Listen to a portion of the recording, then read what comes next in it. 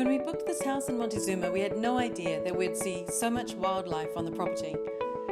This house is set in the jungle, and every so often an animal would emerge, giving us barely enough time for a photo op.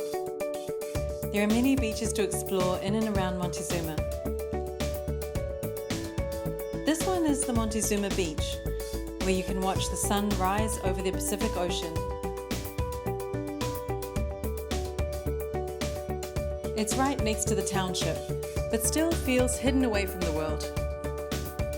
That could have been because we were there at 7 in the morning.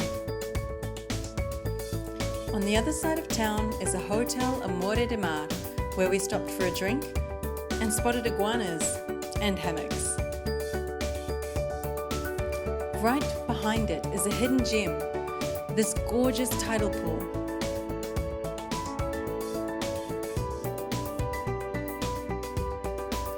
It's a perfect family adventure. We jumped off the rocks into the pool, and we were all able to examine the marine life up close. Even now, when I think about Costa Rica, I think those were some of the best days of our family sabbatical.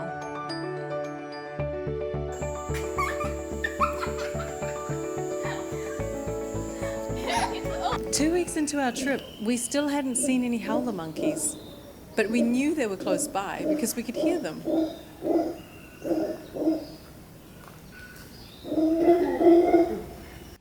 Our local beach, and probably our favorite, was Playa Manchas. We found it had plenty to offer our family. Along the black rocks, we spotted black crabs hopping. And while Ajay and I went snorkeling, our kids saw hundreds of tiny shell crabs racing along the sand. On one of our trips, Giselle began making a hut with driftwood and some palms. Soon everyone joined in. It fell over a few times, so it had to be redesigned until it was sturdy enough to have a house party. We chose some pretty stones to decorate the entryway and then started the celebrations. Or as Giselle would say, we took over her hut. On the table. Lazily. No. Come sit down. Really American. They sound scary, but they're actually very caring.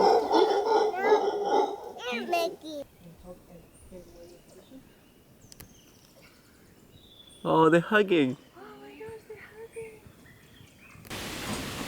Look, Louis. He likes eating the yellow flowers. Oh, like eating hello. What else is he eating, Kenzo? Just flowers. That's just the painting alien. Yeah, so it's not alive.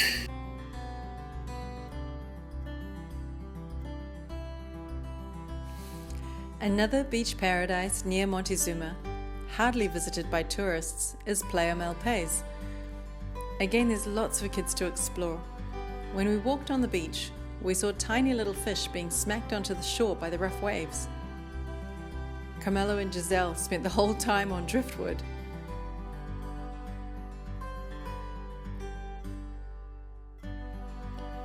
Meanwhile, pelicans and seagulls were feasting on something in the water as the sun began to set.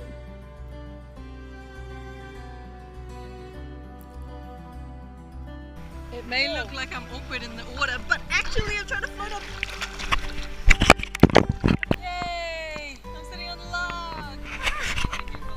I'm thinking. As we left, we saw local families fishing from the rocks and sitting in the rock pools. We ventured to Santa Teresa, which is a great surfing beach. Even at 7 in the morning, there were loads of surfers in the water. The town is perfect for the bohemian, hippie, or eco-conscious traveller, offering lots of great food and lots of great stores. Look, there's two babies.